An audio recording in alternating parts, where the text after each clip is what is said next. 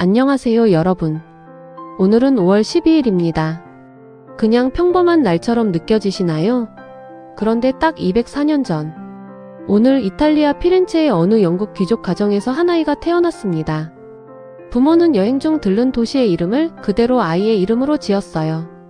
플로렌스. 피렌체의 영어 이름이죠. 그 아이가 훗날 세상을 바꾸게 될 줄 그 누가 알았을까요? 오늘 제가 들려드릴 이야기는 바로 플로렌스 나이팅게일입니다. 여러분은 아마 등불을 든 천사 정도로 기억하실 겁니다. 하지만 오늘 이야기가 끝나면 그녀가 단순한 헌신적 간호사가 아니었다는 사실을 깨닫게 되실 거예요. 그녀는 수학자였고 통계학자였고 행정개혁가였으며 무엇보다 불합리한 시스템 자체를 뜯어고친 사람이었습니다. 자, 이야기를 시작해볼까요? 때는 1820년대 영국. 산업혁명이 한창이던 시절, 영국 상류층 가정의 여성에게 허락된 삶은 매우 제한적이었습니다. 좋은 집안의 시집가고 우아하게 사교계에 등장하고 손님을 맞이하며 살아가는 것. 그게 당연하고도 완전한 삶으로 여겨졌죠. 플로렌스의 집안 역시 그런 전형적인 영국 상류층이었습니다. 아버지 윌리엄 에드워드 나이팅게일은 넓은 영지를 소유한 부유한 지주였고, 가족은 2개의 저택을 오가며 살았습니다. 그런데 이 아버지가 좀 특별했어요. 당시 분위기와는 달리 그는 2 딸에게 직접 라틴어, 그리스어, 수학, 철학, 역사를 가르쳤습니다. 특히 플로렌스는 수학에 두드러진 재능을 보였고 통계와 분석에 남다른 열정을 가졌습니다. 나중에 이 능력이 얼마나 엄청난 무기가 될지 당시로선 아무도 몰랐겠지만요. 플로렌스 본인이 남긴 기록에 따르면 1837년경 그녀는 신의 소명을 받았다고 느꼈다고 합니다. 간호와 병원 개혁에 자신의 삶을 바쳐야 한다는 확신이었어요. 하지만 현실은 녹록지 않았습니다. 가족, 특히 어머니는 격렬하게 반대했습니다. 당시 병원은 지금 우리가 상상하는 그런 깨끗한 의료시설이 아니었거든요. 가난하고 갈 곳 없는 사람들이 마지막으로 찾는 곳, 위생은 형편없고 평판도 좋지 않은 곳이었습니다. 상류층 여성이 그런 데서 일한다는 건 사회적 자살이나 다름없었죠. 하지만 플로렌스는 포기하지 않았습니다. 1851년 그녀는 독일 카이저스베르트의 개신교 간호 교육기관에서 정식 훈련을 받았고 1853년에는 런던의 한 병원 감독직을 맡으며 본격적으로 의료 현장에 발을 디뎠습니다. 그리고 1854년 역사가 그녀를 부릅니다. 크림 전쟁이었습니다. 크림 전쟁은 영국, 프랑스, 오스만 제국 연합군이 러시아와 맞붙은 전쟁입니다. 전선은 지금의 우크라이나 남부 크림반도 일대였어요. 전쟁 중 영국 언론은 충격적인 사실을 보도하기 시작했습니다. 영국 병사들이 전투에서 죽는 게 아니라 병원에서 죽어가고 있다고요.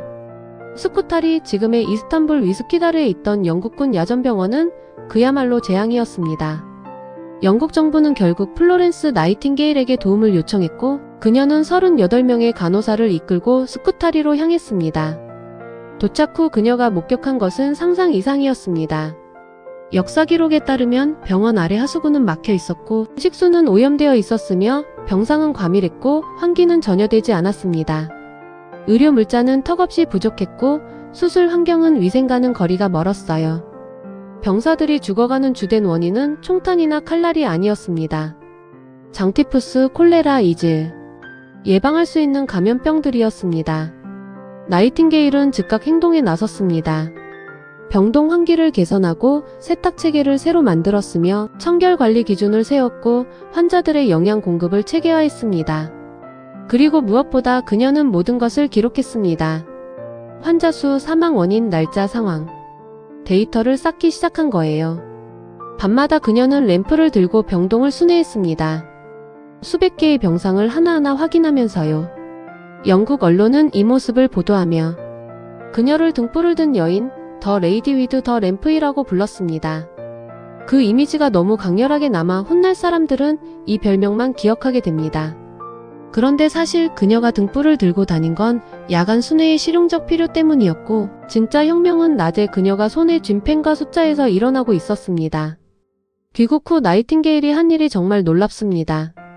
그녀는 전쟁 중 수집한 방대한 데이터를 분석해 1858년 영국 육군복권 행정에 관한 보고서를 출간했습니다. 그리고 이 보고서에 전례 없는 것을 담았어요. 바로 통계 도표였습니다. 폴라 에어리어 다이어그램이라 불리는 방사형 차트로 사망 원인을 시각적으로 한눈에 보여줬습니다.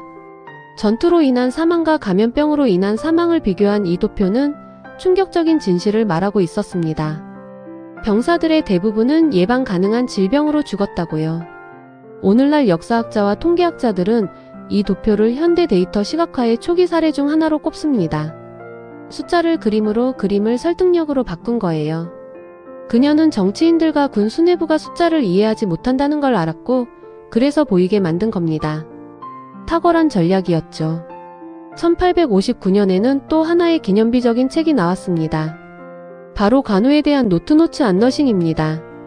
이 책에서 그녀는 환기, 채광, 청결, 소음, 영양, 환자 관찰 기록의 중요성을 체계적으로 정리했습니다. 핵심 주장은 명확했습니다. 병원 환경 자체가 환자의 회복에 결정적이다. 이 주장은 오늘날 간호학에서 환경이론의 출발점으로 인정받고 있습니다. 그리고 1860년 나이팅게일은 런던 세인트 토머스 병원 안에 간호학교를 세웠습니다. 나이팅게일 훈련학교. 엄격한 선발, 규율 중심의 교육, 임상 실습, 위생 훈련, 병원 행정까지 아우르는 근대적 간호 교육기관이었습니다. 졸업생들은 영국 전역은 물론 북미와 세계 각지로 퍼져나가며 간호 제도를 확산시켰습니다. 나이팅게일이 씨앗을 심으면 세상이 숲이 된 거죠. 한 가지 역사적으로 균형 있게 짚어드릴 점이 있습니다. 크림 전쟁 당시 병원 사망률 감소를 온전히 나이팅게일 한 사람의 공으로만 보는 건 단순하라는 시각도 있습니다. 현대 연구자들은 영국 정부가 파견한 위생위원회의 하수 정비, 병원 구조 개선 등도 중요한 요인이었다고 분석합니다. 똑같은 시기 크림 전쟁에서 활약한 메리 시콜이라는 인물이 오랫동안 역사에서 소외되었다는 비판적 시각도 존재합니다. 역사는 늘 다층적으로 바라봐야 하니까요. 그러나 병원 행정, 통계, 교육, 제도 전반에 걸친 나이팅게일의 영향력이 광범위하고 지속적이었다는 점은 학계에서 전반적으로 인정하는 사실입니다. 1883년 왕실로부터 왕립 적십자 훈장을 받았고 1907년에는 여성 최초로 영국 최고 훈장인 공로 훈장을 받았습니다. 그리고 1910년 8월 13일 런던에서 조용히 생을 마감했습니다. 향년 90세였습니다. 등불을 든 여인은 90년의 삶 내내 불을 꺼뜨리지 않았던 셈입니다. 오늘날 매년 5월 12일 전 세계는 국제간호사의 날을 기념합니다. 이날이 5월 12일로 정해진 건 물론 플로렌스 나이팅게일의 생일이기 때문입니다. 팬데믹을 거치며 우리는 간호사라는 직업이 얼마나 소중하고 얼마나 고된 일인지 다시금 절감했지요. 그 직업의 제도적 뿌리를 만든 사람이 바로 오늘 생일을 맞은 이 여성입니다. 그녀를 기억할 때 등불만 떠올리지 마세요. 숫자를 들여다보며 세상을 바꾼 분석가, 불합리한 시스템에 맞서 데이터로 싸운 개혁가, 그리고 수많은 간호사들에게 길을 열어준 선구자. 그것이 플로렌스 나이팅게일의 진짜 모습이니까요. 생일 축하합니다, 플로렌스. 당신의 등불은 여전히 빛나고 있습니다.